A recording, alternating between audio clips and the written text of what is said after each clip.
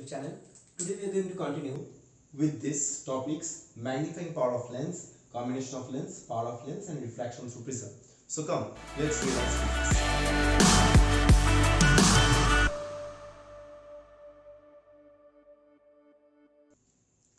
Okay, so our first topic was magnifying power of lens. Magnifying power of lens. So, to understand this magnifying power of lens, I am just going to draw a diagram. So just let me draw this diagram. Okay, are you ready for this? So we can see here I have drawn a convex lens, right? So here an object is placed. The object height is h and its image is formed over here. How the image formed? Here a number of rays are coming out of this object. Number of rays are coming out of this object. Out of them I have considered only two objects. Which two out of them I have considered only two rays. Which two rays I have considered? This ray which is going parallel to principal axis. This is the principal axis. Let me write down. This is the principal axis. This is the principal axis. And another ray is moving through optical center. So these two after converging, that is these two rays meeting this point. So we can understand a real image has been formed over here. A real image has been formed over here. So I have named here h dash as the image height. I have named h dash as the image height and h as the object height. Now what is magnifying power of lens? Magnifying power of lens is nothing but the ratio of image by object. The size of image formed by the size of object. So magnifying power of lens can be written as size of image by size of object. That means it can be very easily to understand. See, magnifying power m will be equals to h dash by h. Magnifying power of lens will be h dash by h, right? Now we can write here h dash by h. But sometimes if we don't know how much will be h dash, then how can we get the magnification? Suppose if you want a pair of glass, right? So you don't know how much your image should be magnified, right? So for that you have to know this magnification, h dash by a magnification, but in that case you don't know h dash. So in that case you have to know h dash by h in some other terms. So for that I have to simplify something very interesting hidden over this part. See, let me just name these two. Like this is I am writing a, b, here b dash, a dash, this tip. Here a, b, b dash, a dash. This is a dash. Are you understanding this part? This is a dash, okay? This is a dash. Okay. Now, and this part is o. Now, if we take the similarity between these two triangles, a, b, o and a dash, b dash, o. If we take the triangles a, b, o and triangle a dash, b dash, o. These two triangles are similar triangles. How can we say that? See, this angle is equal to this angle, vertically opposite angle, and here this angle is 90 degree. As it is, you can see this is quite upright, so it is here, it is downward, but angle is 90 degree with the principal axis. So these two angles are equal for these two triangles. So we can say these two triangles as similar triangles, right? So here we can say for similar triangles we can say AB by, sorry, we can write, I have to write like this, a dash b dash by AB. See, a dash b dash by AB can be written as b dash o by bo. I can write like this. For similar triangles we know this. So a dash b dash by AB. So what is a dash b dash by AB? A dash b dash by AB is nothing but h dash by h as b dash o by bo. So h dash by h can be as b dash o by bo. So I am writing here h dash by h as b dash o by bo. I am writing here h dash by h is b dash o by bo. Now here what is b dash o? B dash o, that means the image distance. So that means image distance. We can write like this here, image distance, and here bo we can write like this, u Clear? Now here I have to you have to understand this part. I have to apply sign convention. So if you apply sign convention, what does this become? By applying sign convention, see, V is the image distance. So image distance you can measure directly from O. That is from, it is going from left to right. This measurement from optical center is from left to right. But in case of you have to measure from optical center. So here it goes from right to left. As per the sign convention, I told you that every measurement should be taken from pole and or optical center, and if it is along the direction of incidence of light ray, so then it will be positive. It is opposite to the direction of incidence, of light ray, it will be negative. So here U is negative. So we get B dash O as V minus V by U. Now another thing you have to keep in mind in using sign convention also, H dash should have been taken as negative. Why it is downward direction? So H dash is downward direction. So ultimately H dash should be also equals to minus H dash by H, right? Minus H dash by H. Why I am taking minus H dash by H? Because H dash is in downward direction, and as per the sign convention, any image in the downward direction should be taken as negative, and any image in the upward direction should be taken as, any object or image whatever in the upward direction should be taken as positive. So here minus H dash by H becomes equals to minus V by U. So minus H dash by H becomes equals to minus V by U. Ultimately this minus gets cancelled. So H dash by H, this is the ratio, this is the ratio, or this is the magnification. So ultimately we get magnification as V by U. So this is very simple. Magnification for convex lens. Right, this is very simple. So for real image, now I am drawing this part. So for real image, just hold on. So for real image, see, for real image, H dash by H, here for real image, H dash always becomes equals to negative. Real image, because it is inverted, so it becomes equals to minus V by U. So this gets cancelled, so we get AM is equals to V by U. This is clear. This is clear to everyone, right? This is clear to everyone. But in case of virtual image, what you get? In case of virtual image, what we get? In case of virtual image, see what we actually get. In case of virtual image, there is a question. You all will be getting a question for this. What will be in case of virtual image? See, for convex mirror, there is a condition. If the object is placed between focal length and optical center, so a virtual image is formed over here. Right? So here H dash by H will be positive, and H will always be positive, because both in the upward direction should be equals to V by U. So here V should be taken in a negative direction. Why? V is the object distance, image distance from right to left, negative, and here U is also right to left, negative. So both negative, so this becomes V by U plus. So you don't have to worry about real image or virtual image.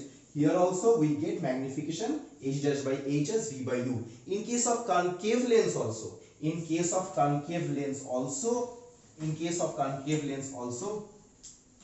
you have any problem in case of concave lens, see, I'm just doing it over here in a very rough way, so you will get to just get a brief idea.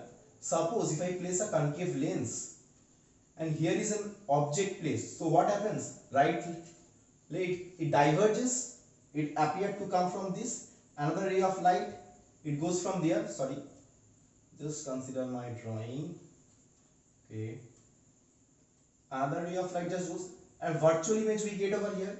So this becomes our V and this becomes our U. So here also H dash by H upright, both are upright, so no need to take any negative or something, and here V by U, H dash by we get V by U. Here also no negative sign because both are in the same direction, so this will be V will also be negative, U will also be negative, so these two cancels out, so H dash by H becomes V by U. So this ultimately, So this becomes, so this formula is very easy to understand. You don't need to panic or anything. This m equals to v by u will always be as it is. This is clear. So now let's jump to this next topic. I'm going to cover that. So before that, just take a look over this. Okay. Okay.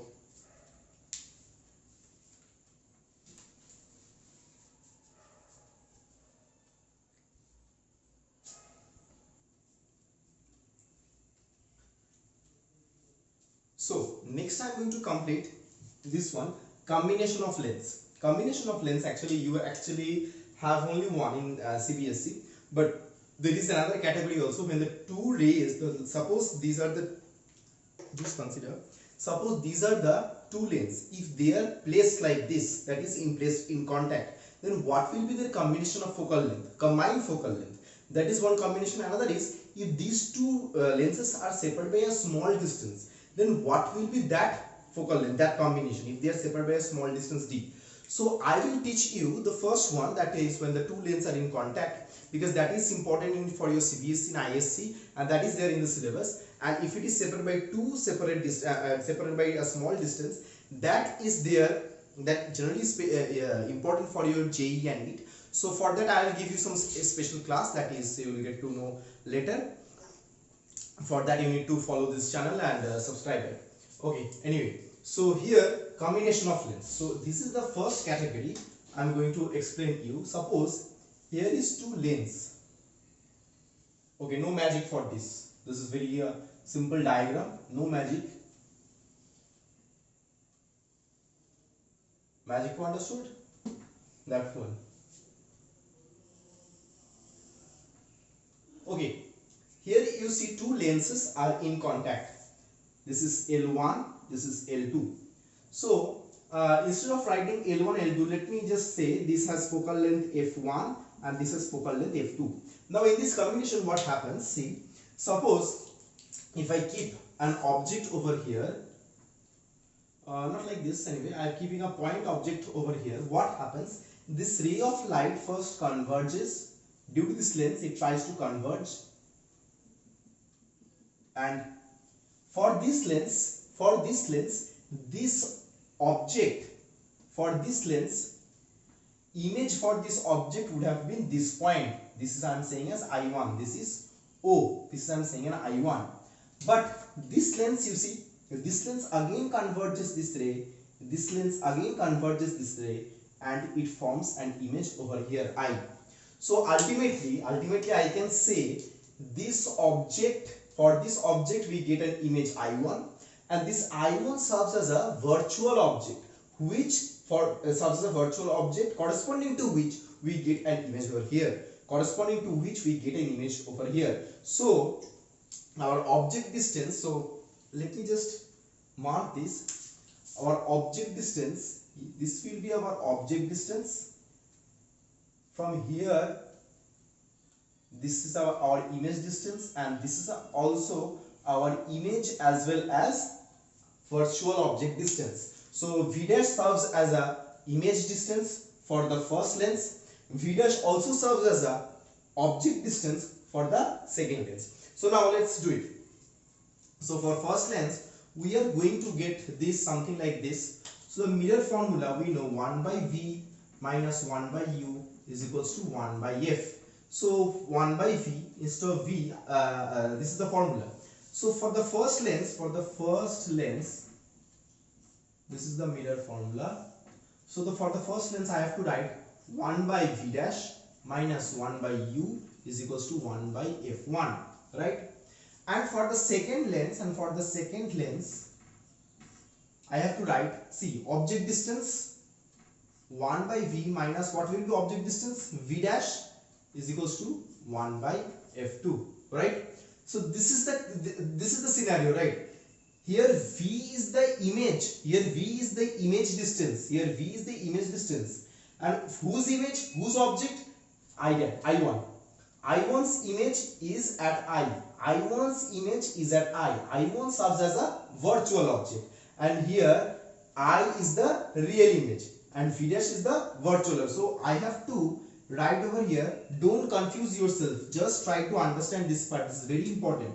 1 by v minus 1, that means 1 by image distance minus 1 by u, this should have been the object distance. So 1 by v dash, what I have to write over here, v dash, I have to write object, so here v dash is serving as the object, virtual object for this lens. So from here I have got these two equations, now if you just add these two equations, adding equation 1 and 2, adding equation 1 and 2, what we get? Adding equation 1 and 2, we get 1 by v minus 1 by u is equals to 1 by f1 plus 1 by f2, 1 by f1 plus 1 by f2. So ultimately, see this, what this is showing, this left hand side, just try to follow this part, 1 by v minus 1 by u. So 1 by v minus 1 by u gives me what? 1 by f, some kind of focal length, right? For this formula. So ultimately I can consider these two combination as a single focal, these two lenses, combined lenses as a single lens. These two combination is serving as a single lens. So if these two combination is serving as a single lens, its combined focal length should have been like 1 by f. This combined focal length should be 1 by f. See, 1 by v minus 1 by u gives us 1 by f, some focal length, right? Whose focal length I have to get over here? Here this is object distance and this is the image distance. That means these two combination together is forming a single lens. Just it's an imagination, or you can say just this is how we are getting to understand, right? So 1 by f is equals to, we are going to get 1 by f1 plus 1 by f2. So this is the combination. So this is the combination of lens. This is the combination of lens when these two lenses are in contact. I hope this is clear to everyone. Please note it down. If you have any problem, write me in the comment section. Now, along with this combination, I am going forward to this power of lens. This power of lens is very easy actually. What power of lens is actually defined? See, power of lens. Remember, when we are young, like or not everyone, like people like me who uses glasses, there's a common term everybody would have asked us, like hey, what's your power, like lens power. So sometimes it was embarrassing, sometimes it was like cool to say this, I've got the new specs. Anyway, so this lens we would have said -3, -2, someone would say minus plus 0.5 and plus 5. So I'm not going to that minus, who requires minus, who requires plus. This is a biological term and that's for the doctors, and this also it is there in the physics also, but I'll discuss it later. So that is quite easy for you to understand. So now I'm going to power. So what is power? See, power is defined as 1 by focal length. The power is defined as 1 by focal length. So power is defined as 1 by focal length. So here focal length is taken in as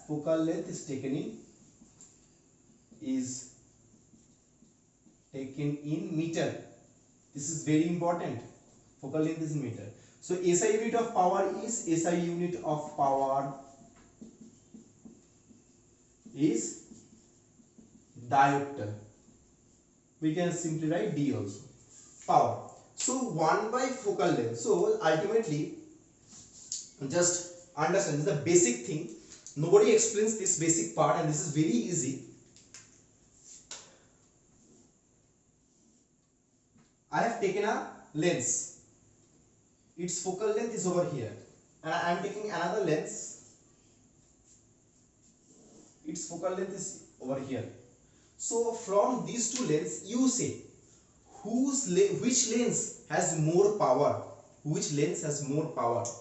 So mathematically, if you are a bit apt in mathematics, or if you understand mathematics quite well and quite clearly, then you will say power is defined as 1 by f. So if f is large, power will be small. If s is small, power will be large, because this is inversely proportional, right? So that is mathematical term, that is very okay. But I am going to get you understand this. This is a very simple. Power means what? Power, right? So power means, right, ability to do something. So that is, I'm not going to that that physics definition, rate of doing work is called power. Not that one, just try to understand over here. This is very simple, that's why I'm explaining in this way. Just try to understand this. These rays try to converge, these ray tries to converge, right? Any ray of light is coming, it tries to convert, that is tries to bend towards its focus. So if a in ray of light from infinity coming for this lens, this will bend in this direction, right? This will bend in this direction. See, this is how it bends, this is the angle it forms, and for this it bends like this. This is the angle it forms. So which lens converges more? This lens. That's because angle of deviation is also more. Angle of deviation, this is the angle of deviation, and here this is also angle of deviation. Angle of deviation means this ray, if this lens had not been placed, this ray would have gone straight. For that gone straight, right? But instead of that, we are seeing that it converged, that means it deviated. So here this lens deviated more compared to this one. So ultimately which lens was able to converge more deviated? Which lens was able to deviate more, this one or this one? This one. So shorter focal length means much more deviation. Shorter focal length, much more deviation. This will give more power. This will give more power, right? Shorter focal length, much more deviation. This will give more power compared to this one. So this lens has more power. So apart from this also you can understand from here. From mathematical term, this is quite easy. So anyway, power of lens is very easy here part. So where I kept, okay. Now this is clear to everyone. So I'm rubbing this part. And now the next question comes, what will be the power of the combined lens? What will be the power of the combined lens? See, for a combined lens, power comes 1 by f is equals to 1 by f1 plus 1 by f2, right? This is the combined lens, when the two lenses are kept in contact. When two lenses are kept in contact, right? These two lenses are kept in contact. Any two lenses, I am not drawing in the diagram. These two lenses are kept in contact. That is the combined, one is focal length f1 and another focal length f2. So when these two lenses are kept in contact, this is the combined focal length. So for this I can say P1, 1 by f1 we can write as P1, and 1 by f2 we can write as P2, because power is defined as 1 by f, right? So here 1 by f1 we can write as P1 and 1 by f2 we can write as P2, and this is the combined focal length. So this can be, we can write as P, combined power of the lens. So combined power becomes P1 plus P2. This is clear, right? This is very easy, right? This one was quite easy.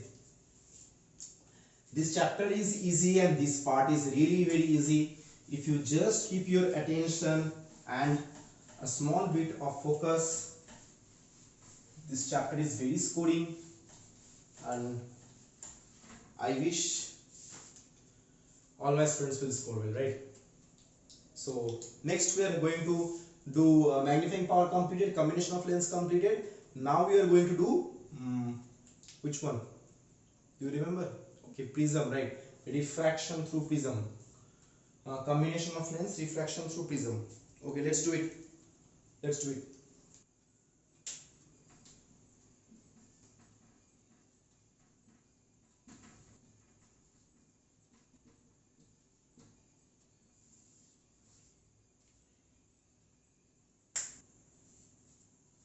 Okay, so I have got a prism over here. So there is a lot of questions regarding this prism. Many of you had so many problems regarding this prism, and I would like to say this is the very easiest, no, not very easiest, this is the easiest part. So very and easiest can go together. Anyway, sorry for the grammatical mistakes. Anyway, physics teacher, please don't judge me on grammar. Anyway, so this is a prism.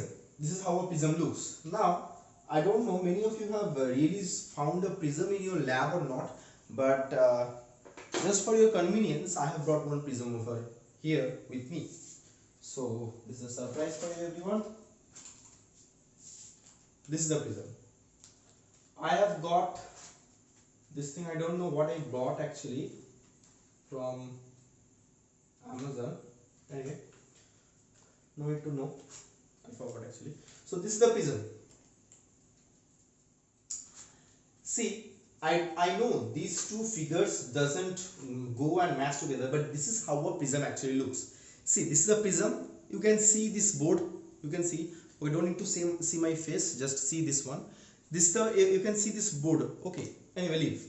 So this is how a prism looks. I have just drawn this part. I have drawn here. This part is this one. This part I have drawn. This part I have drawn.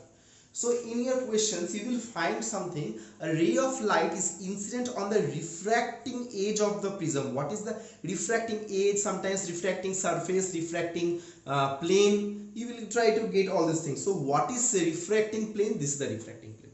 See, the ray of light is coming over here. The ray of light is coming over here. After it is getting refracted over this part, this surface. Again this part it is getting refracted and it is emerging out. Again this emerging out. So again I am trying to let you understand, a ray of light is coming, getting refracted like this, getting refracted like this. Again it forms another refraction of this part and this emerges out. Clear? So this is how a prism looks. This is how a prism looks. So now we are going to into the theoretical part in our diagram. Now this is incident ray. This is incident ray. This is refracted emergent ray. I will say emergent ray. Why emergent ray? Because after refraction it is coming out. This is emergent ray. This is incident ray. This is emergent ray. Now from this diagram I can say what I can say. See, here you will try to understand what are these actually. Let me just in a very short note explain you what is this. An incident ray is going and it is hitting this surface. Now on this surface I am drawing a normal. See, this normal is perpendicular to the surface. Now if this is the surface, I have drawn this normal perpendicular. So the ray of light would have gone like this. This blue dotted line is trying to, I have drawn this blue dotted line to show you. But instead of that it went like this, right? That means what? It got a deviation. And ultimately the ray of light emerged out of this prism like this. See, again in this surface I have drawn another normal. A ray of light going from denser to rarer medium goes away from the normal. Here the ray of light from rarer to denser, this was the air medium. In the prism it was a glass medium or any other medium, whatever. That's a different topic. So it is going from rarer to denser, so it is going towards normal. And again it is going from denser to rarer, it is going out of the away from the normal. See, now this is what the deviation looks like. What is deviation looks like? Deviation is the angle of deviation. What is angle of deviation? This incident ray was going like this. This incident ray was directed like this, but instead of that the emergent ray had come out to be like this, in this direction. See, can you see like this? In this direction, right? In this direction it came out. Are you getting it? So this is the deviation I am getting. So now what is this deviation and how this deviation is forming? Now I need to know all these things. So from this diagram it is very clear. It is very clear. See, deviation can be written as the sum of these two angles. The deviation can be written as the sum of these two angles. This is clear, I think. These two angles, like this one and this one. What are these two angles? This total would have been I1, but this part will be I1 minus R1 and this part will be I2 minus R2, right? This is very small, I2 minus R2, right? So deviation we can write as sum of, because this is an exterior angle is equal to sum of opposite interior angles. So deviation I can write I1 minus R1 plus I2 minus R2. I can write this. This is deviation. This is the first equation. I can write here like this, or I can see not this equation. I'm not going to make this equation. So I1 plus I2 minus, if I take common, we can say R1 plus R2. Right. This is what deviation looks like, and it is very pretty, right? So this is okay, deviation.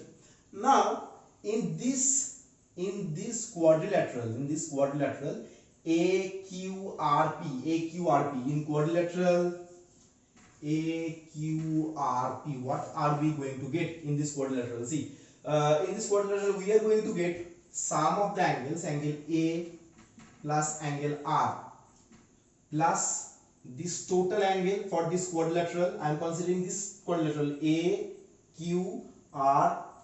this quadrilateral.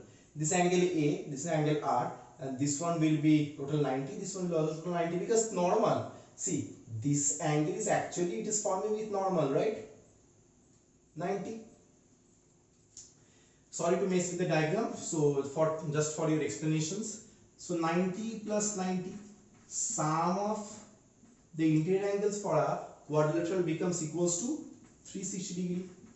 So ultimately angle A plus angle R, we get 180 degree. Now what will be angle R? What will be angle R? Angle R can be written as 180 minus R1 plus R2. 180 minus R1 plus R2. Why? See, this is QRP is a triangle. QRP is a triangle. Sum of interior angles should be equals to 180 R1 plus R2 plus angle R should be equals to 180. So R can be written as 180 minus R1 plus R2. So if I put here, so we get angle A is equals to 180 minus R1 plus R2 is equals to 180. So these two cancel. So angle A, we get R1 plus R2. So angle A we got R1 plus R2, and for that we got deviation, we got I1 plus I2 minus R1 plus R2. So in case of deviation we can write also, deviation is equals to, we can write I1 plus I2 minus angle A, or we can say deviation plus A is equals to I1 plus I2. So this is the formula of prism. This is the deviation of angle, the angle of deviation for this prism. So this is very clear, the angle of deviation. Now here are certain points I have to explain you on factors on which angle of deviation depends. On factors on which angle of deviation depends. On what are the factors angle of deviation depends? See, angle of deviation depends on the angle of incidence. Very important. Angle of incidence is very important. Because now you will ask me, sir, why not angle of emergent? This I2 is angle of emergent. Because this emergent ray is actually dependent on the incident, right? This incident ray comes, this deviates due to this refractive index. Again it deviates. So this emergent ray is, you can say, is dependent on this one, I1. So here angle of deviation depends on angle of incidence first. Second comes angle of prism. So this is the second part, angle of prism. Third comes wavelength of light used. Why wavelength of light used? Because different light ray like red, violet, green, or different light ray are going to have different kind of refractive index. This is the third. And the fourth is the refractive index for the material prism, on how much this ray of light is going to deviate, or how much this ray of light going to bend towards normal or away from normal, right? So these are the four factors I have already given you in the notes. Just to go through them, so you will get to understand everything. So this is what the formula is. Now along with this there are two more formulas. Now before that I would like to say you something about the how angle of incident ray, how angle of deviation depends with angle of incident. So for that, let me write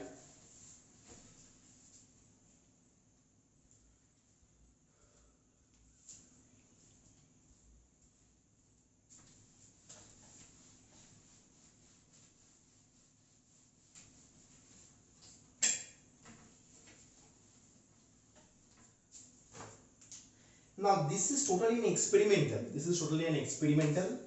How this forms. Now this is angle of incidence and this is angle of deviation. Now when incident ray was very small, it was found angle of deviation. The deviation you just saw in the previous diagram. If you want to see the diagram, you can just reverse and you can see. So for the initial position, for initial point, I was very small. For the deviation was found to be large. As I started increasing, this angle of incidence starts increasing, it is found the deviation also starts decreasing. decreasing, decreasing, decreasing, decreasing. Now a certain point comes after which this deviation becomes minimum. Then again after this point, touching this point, the deviation starts increasing. So this is the point is known as angle of minimum deviation. Angle of minimum deviation. So in deviation becomes minimum. This is the I. In case of angle of deviation, I am saying I at this incident. So what is the significance of angle of minimum deviation? In case of angle of minimum deviation,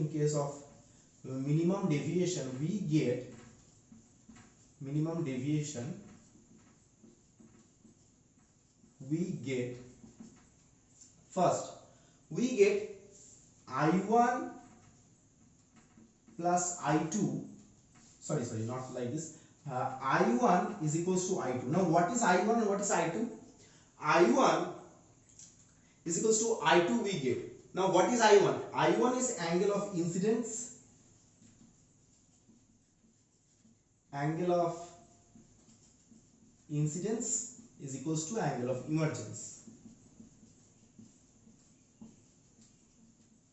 As a result, R1 also becomes equals to R2. This is what we get in minimum deviation curve. So ultimately, this formula delta plus A becomes I1 plus I2.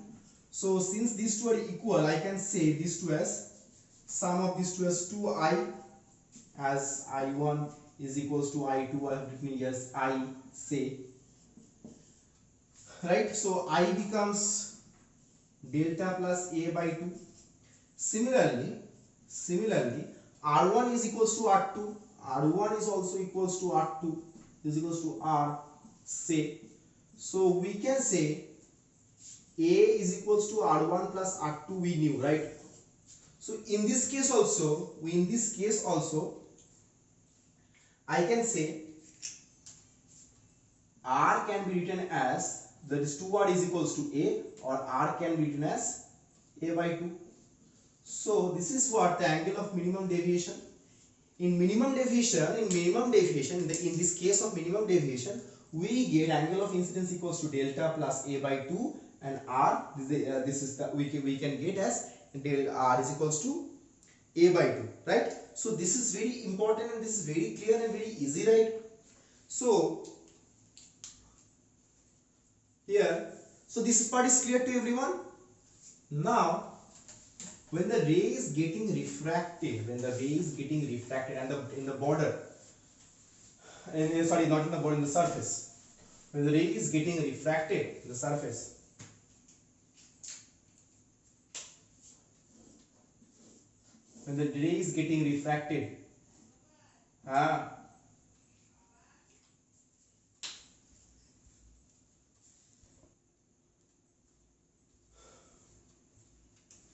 so in the surface we see this is I and this is R. So from Snell's law, mu1 into sin I is equals to mu2 into sin R, right? So sin I by sin R we get mu2 by mu1, ultimately we get mu. Now in case of I can write delta plus A by 2, just I have got. If you want to find out, go to reverse direction. Sin R we get A by 2. So we can say here as mu. So this becomes a formula. This is very easy part, no problem at all. Now we know from this formula also another formula can come out. If the angle is very small, that is if incident ray and refracted ray is very small, what we know, sin I will tends to I and sin R will tends to R. This you all know. So in case if this is very small, so sin I tends to I, that means sin I, this is the I part, so this becomes equals to this.